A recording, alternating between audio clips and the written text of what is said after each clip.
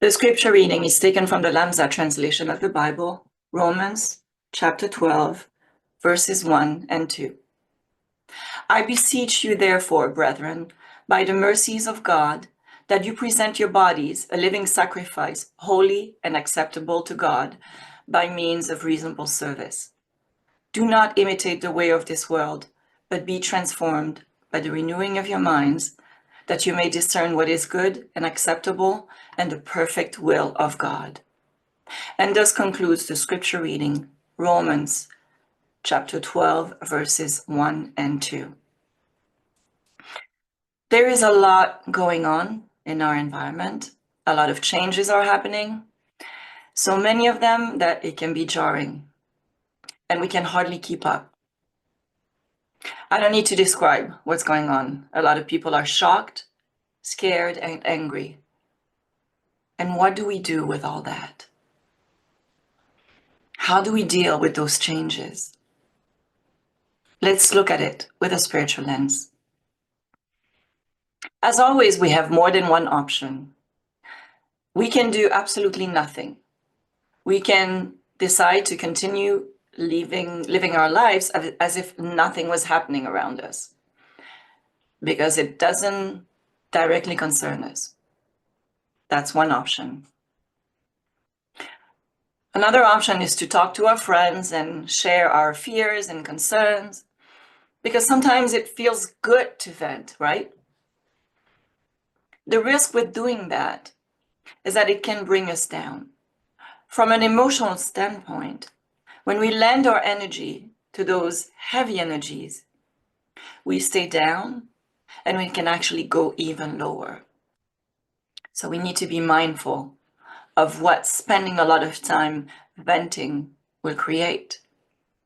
Also, what is our intention? And what is the intention of those that we vent with? Is it to just get it off our chest and move on? Or is it to stay there because we don't know what else to do? It can be hard to shake it off. It can be hard to shake off painful and scary feelings.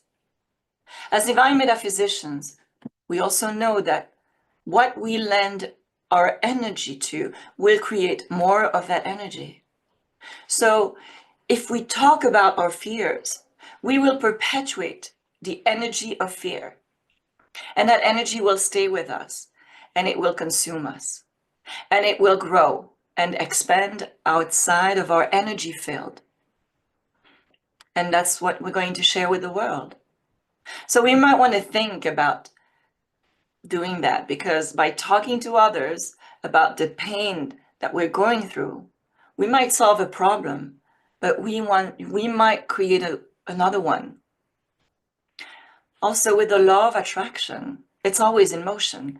What we send into the universe will flow back to us. So what type of energy do we want to put out? What type of energy do we want to bring back to us? We need to be mindful of the consequences of our actions, regardless of what we think our intention is. And then there's another way.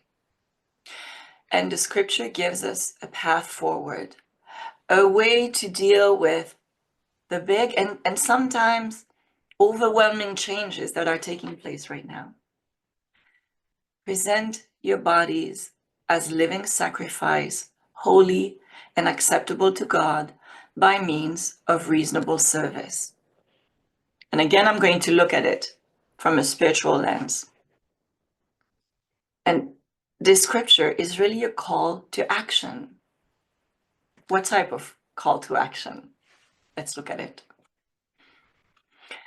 A means of reasonable service. Reasonable. We can be supportive by giving space to those who need to process what's going on. Perhaps to those who are losing their jobs. Those who have a great fear of the unknown. That is kind and it is loving. But have you been around some people sometimes who you're trying to help, and then at the end of your talking to them, you are exhausted. Your energy is drained.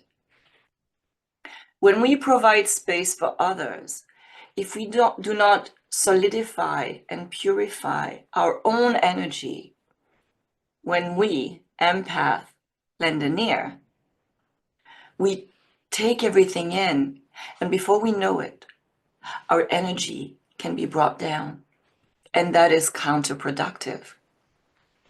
So when we lend an ear to our friends and our loved ones, we need to protect our own energy.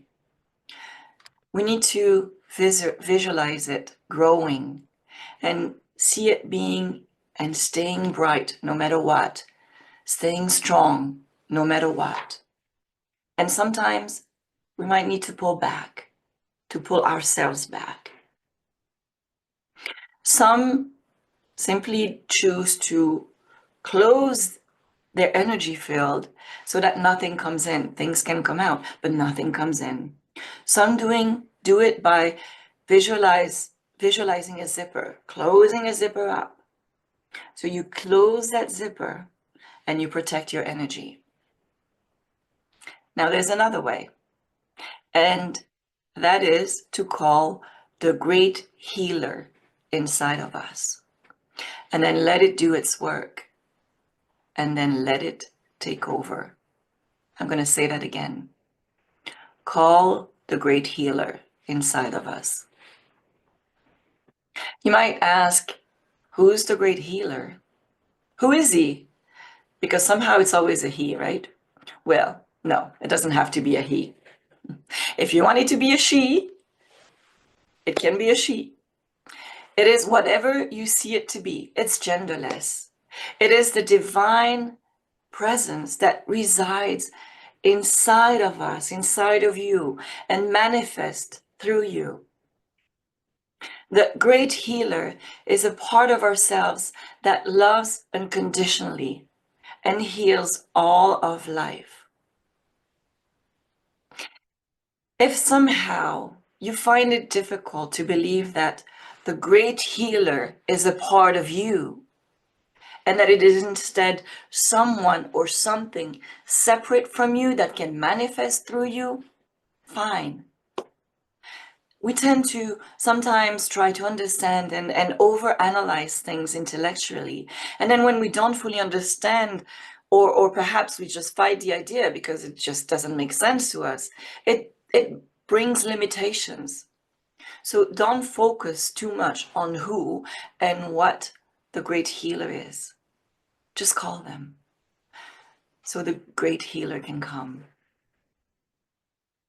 The great healer inside of us is called with an intention. And then we let the process flow. But for the process to flow, the process has to be followed, and it has to be intentional. If we want that purest part of ourselves to express through us, we need to align our energy to its energy. We need to raise our vibration. Raise a vibration through prayer, meditation, contemplation. If you've been part of this church for a while, you've heard many times before that you need to have a meditation part of your daily practice routine or daily routine. We have addressed routine several times, and there's a reason for that. Because meditation is like a muscle that needs to be practiced. In order to focus on the purest energy, we need to quiet our mind with intention. If our minds are preoccupied with a to-do list or with a conflict with a coworker or family member, or perhaps some irritating things that we see on the media, whatever media we get our news from, we're not going to be able to meet and hold that high energy, that pure energy, the high vibration So quieting our mind is crucial to that process. And then the more we do it, the better we get at it. Practice makes perfect. Sometimes we might slip. And if we slip or we skip a day, we just go back to it. Or if we are in meditation and we realize that we let our thoughts wander, let's not beat ourselves up. Beating ourselves up will lower our energy. And remember, we want to keep a high vibration. So we acknowledge the thought that distracted us. And we forgive ourselves. We let it go. And if we have to, we go back to our place of peace in our meditation so that the great healer can emerge. Do it, do it, do it. The more you go to that place of peace, the more you will radiate that energy of love and peace, unbeknownst to you. And the more healing you'll be able to provide to the world. The great healer within ourselves, the great healer within you, will be able to work even when you don't think about it. So if you don't already do it, go in meditation and conclude your meditations by sending light to the world around you.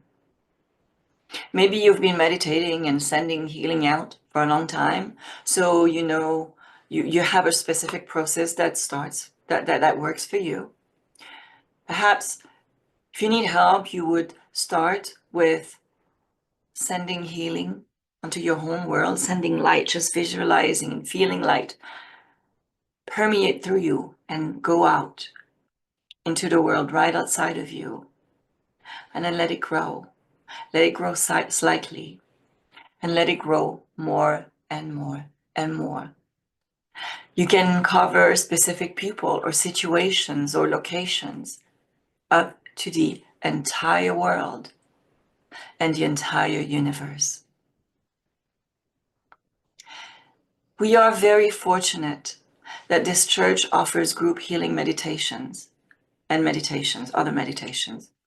Join them if you can, if you don't already do it. And if it doesn't fully align with your worldly obligations, then join whenever you can. If you need to, find other groups in your area that offer healing meditations. There's so much out there, so many offerings. Seek and you shall find. You are special. You have great powers. We are special and we have great powers. We can be of service to humanity. And God knows how much service to humanity is needed today. Great healers do not imitate the way of this world. They live a life of service to mankind. Every day, we make choices about who and what we are going to be. We make that choice by associating ourselves with certain groups of people. By choosing to come here instead of sleeping in, you chose the higher path. By coming specifically to this church, as opposed to traditional churches, which you might have grown up with, you chose the higher path. Not because we are right and they are wrong, maybe a little, but because by coming here, you chose the path of resistance. Resistance to the mainstream. Resistance that might not work for you or might not have worked for you. And you were brave to dare to come to a non-traditional church. Perhaps you were judged by others. So some of you may have lost friends and even contacts with dear family members because of the choices you make. But you are here now, and we are happy that you are here. And the world needs you. The world needs you today. This is a call to action, not for political discord. It is a call for spiritual transformation and spiritual leadership. Spiritual transformation for us and for the entire world. A transformation and a healing done in the silence of your soul. So I am asking you today to let the great healer in you emerge, so that together we can transform the world. We can open the hearts of humanity and let love emerge onto the world. Be holy and acceptable to God by means of reasonable service. Do not imitate this world, but be transformed by the renewal of your mind, that you may discern the perfect will of God and heal the world. Thank you, and many blessings to you.